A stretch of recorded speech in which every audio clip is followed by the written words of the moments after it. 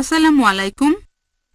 এখানে একজন বোন জানতে চাচ্ছেন পুরুষ আর মহিলাদের জন্য নামাজ পড়ার নিয়মটা কি এক, আর হানাফি এবং শাফিদের নামাজের নিয়মে কি পার্থক্য? বোন, আপনি প্রশ্ন করলেন যে নামাজ পড়ার নিয়মটা পুরুষ আর মহিলাদের ক্ষেত্রে এক কিনা, শাফি আর হানাফির ক্ষেত্রে এক কিনা। আমাদের নবীজি মুহাম্মদ সাল্লাল্লাহু আলাইহি ওয়াসাল্লাম বলেছেন, এটা আছে সহিহ বুখারীতে, খণ্ড নম্বর 1। নবীজি বলেছেন, নামাজ পড়ো যেভাবে আমাকে পড়তে দেখেছো। নবীজি এটা বলেননি যে মহিলারা একভাবে নামাজ পড়বে, পুরুষরা আরেকভাবে নামাজ পড়বে। আরেকটা হাদিস, এটা হচ্ছে সহিহ বুখারী খণ্ড 1 বুক অব সালাহ, যে সাহাবিয়াগণও পুরুষদের মতো করে নামাজ পড়তেন। পুরুষ আর মহিলাদের নামাজ পড়ার জন্য আলাদা কোনো নিয়ম নেই। নামাজ পড়বেন সেভাবে যেভাবে নবীজি পড়তেন, সে আপনি পুরুষ হন বা মহিলা হন। আমি জানি বাজারে এরকম কিছু বই পাওয়া যায়, ইন্ডিয়া সহ সারা পৃথিবীতেই বিভিন্ন মতবাদের লোকজন বলে মহিলাদের জন্য নামাজ পড়ার নিয়মটা আলাদা আর পুরুষদের নামাজ পড়ার নিয়ম আলাদা। এরকম কোনো হাদিস নেই। ইসলাম সম্পর্কে যদি কিছু বলেন, সেখানে কোরআন বা সহিহ হাদিসের রেফারেন্স থাকতে হবে। সব সময় কোরআন এবং সহিহ হাদিস। তাহলে যখন রেফারেন্স দেবেন যে কোনো বিশেষজ্ঞ হোক, পৃথিবীর সবচেয়ে বড় বিশেষজ্ঞ, যদি তিনি কিছু বলেন, প্রমাণ থাকতে হবে। কোরআন এবং সহিহ হাদিস প্রমাণ দেখাতে হবে। প্রমাণ পেশ করো ইন কুনতুম সাদিকিন। এমন কোন হাদিস নেই বা কোরআনের আয়াত নেই যেটা বলছে যে নামাজ পড়ার নিয়মটা পুরুষ এবং মহিলাদের আলাদা।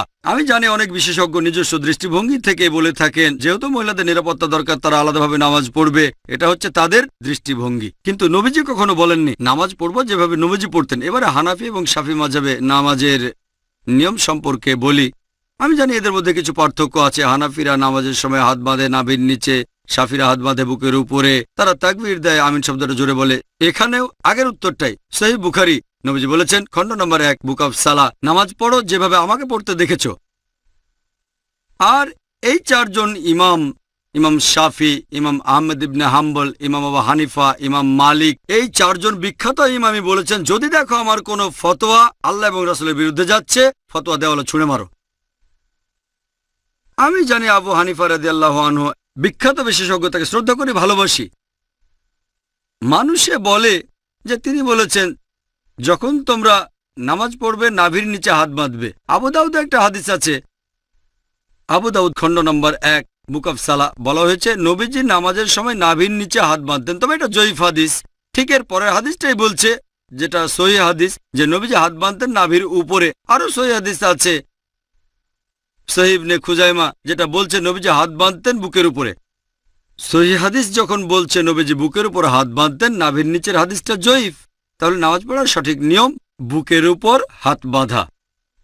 তার মানে এই না যে ইমাম শাফির সব কথা ঠিক অথবা ইমাম আবু হানিফা তারা দুজনেই শান্তিতে থাকুন, তিনি ভুল। এরা সবাই বিখ্যাত বিশেষজ্ঞ, তাদের শ্রদ্ধা করি, তারা মহান আলেম। তবে আমরা বুঝতে পারছি না যে সেই সময়ে সব হাদিসই লিপিবদ্ধ হয়নি। আমাদের নবীজির জীবদ্দশায় কোরআন লিপিবদ্ধ হয়েছিল, এটা নিয়ে কোনো সন্দেহ নেই, নবীজির নিজস্ব তত্ত্বাবধানে। তবে হাদিস লিপিবদ্ধ করা হয়েছে নবীজির ইন্তেকালের 50 বছর পর, 100 বছর পর বা 150 বছর পরে। এই বিশেষজ্ঞগণ অনেক আগে এসেছেন। আর যেহেতু তাদের কাছে সবগুলো সহিহ হাদিস ছিল না, তারা তখন যে ফতোয়া দিয়েছেন সেগুলো তাদের তখনকার জ্ঞানের ভিত্তিতে। আমি বলবো না ইমাম আবু হানিফা রাদিয়াল্লাহু আনহু ভুল করেছেন, আমি বলবো এই সহিহ হাদিসটা ওনার কাছে পৌঁছায়নি। হতে পারে যে জয়ীফ হাদিসটা তার কাছে পৌঁছেছিল আর সেজন্য তিনি বলেছেন হাত বাঁধবে নাভির নিচে। সহিহ হাদিস হয়তো ইমাম শাফির কাছে পৌঁছেছিল, তিনি বললেন হাত বাঁধবে বুকের উপরে। আবারও সহিহ বুখারী বলছে খণ্ড নম্বর 1 বুক অব সালাহ যে তাকবীর দিতে হবে। তাকবীর নবীজি বলেছেন, এমন না যে ইমাম শাফি বলেছেন তাই আমি এটা মেনে চলছি, কারণ আমার নবীজি বলেছেন। তারপর অজুর বেলায় কোরআনে একটা আয়াত আছে সূরা মাইদা অধ্যায় নম্বর 5, বলা হয়েছে কোন মহিলাকে স্পর্শ করলে অজু ভেঙে যায়। আরবি শব্দটা মাসা, মূল শব্দ লামাসা, মানে স্পর্শ করা। ইমাম শাফি রাদিয়াল্লাহু আনহুর মতে তিনি বলেছেন কোন মহিলাকে স্পর্শ করলে অজু ভেঙে যায়। ইমাম আবু হানিফা বলেছেন যদি কোনো মহিলাকে স্পর্শ করে কোনো পুরুষ অজু অবস্থায়, তাহলে অজু ভাঙে না।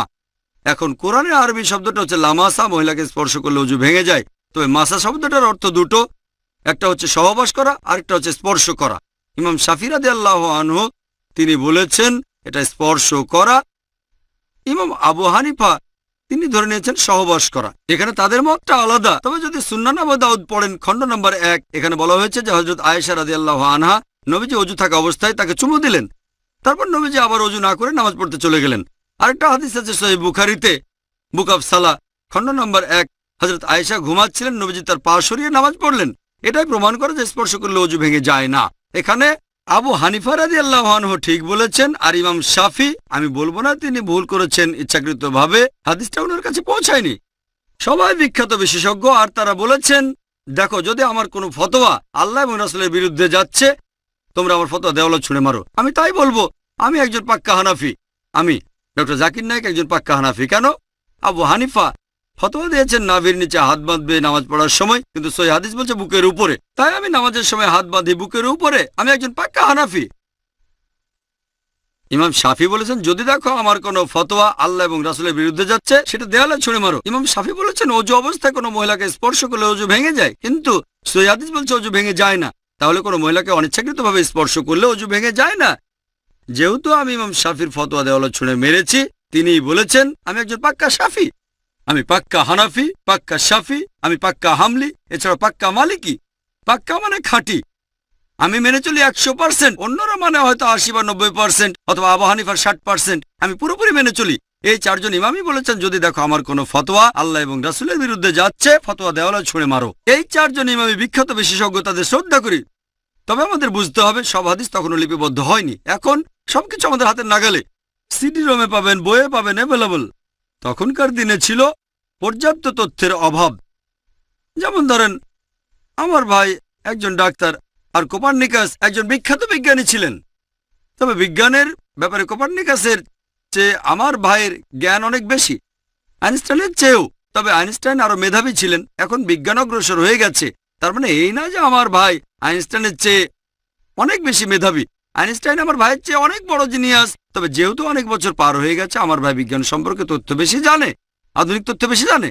তবে বেশি মেধাবী আইনস্টাইন, আইজাক নিউটন বা কোপার্নিকাস। যেহেতু বিজ্ঞান অগ্রসর হয়েছে, তাই আমরা একটু বেশি তথ্য জানি। এই চারজন ইমামও জিনিয়াস ছিলেন, তাদের ভালোবাসি, শ্রদ্ধা করি। তবে এখন অনেক কিছু লিপিবদ্ধ হয়েছে, আর আমাদের বুঝতে হবে আল্লাহ পবিত্র কোরআনে বলেছেন সূরা আল ইমরান অধ্যায় নম্বর 3 আয়াত 103, ওয়াতাসিমু বিহাবলিল্লাহি জামিআ ওয়া লা তাফাররাকু। তোমরা আল্লাহর রজ্জু শক্ত করে ধরো, পরস্পর বিচ্ছিন্ন হয়েও না। আমরা বিভিন্ন দলে ভাগ হব না। আর নামাজ পড়ার একমাত্র নিয়ম সেটা হানাফি, শাফি বা মালিকিদের নিয়মে না, হবে আমাদের নবীজির নিয়মে। আর ইমাম আবু হানিফা রাদিয়াল্লাহু আনহু, ইমাম শাফি রাদিয়াল্লাহু আনহু বলেছেন তোমরা যদি দেখো আমার কোনো ফতোয়া আল্লাহ এবং রাসূলের বিরুদ্ধে যাচ্ছে, আমার ফতোয়া দেওয়ালে ছুঁড়ে মারো। তাহলে পাক্কা হানাফি হিসেবে সহিহ হাদিসের কথা মেনে চলবেন, পাক্কা শাফি হিসেবেও আপনি সহিহ হাদিসের কথা মেনে চলবেন। তাহলে সত্যিকারের ইসলাম মেনে চলা হবে। আশা করি উত্তরটা পেয়েছেন।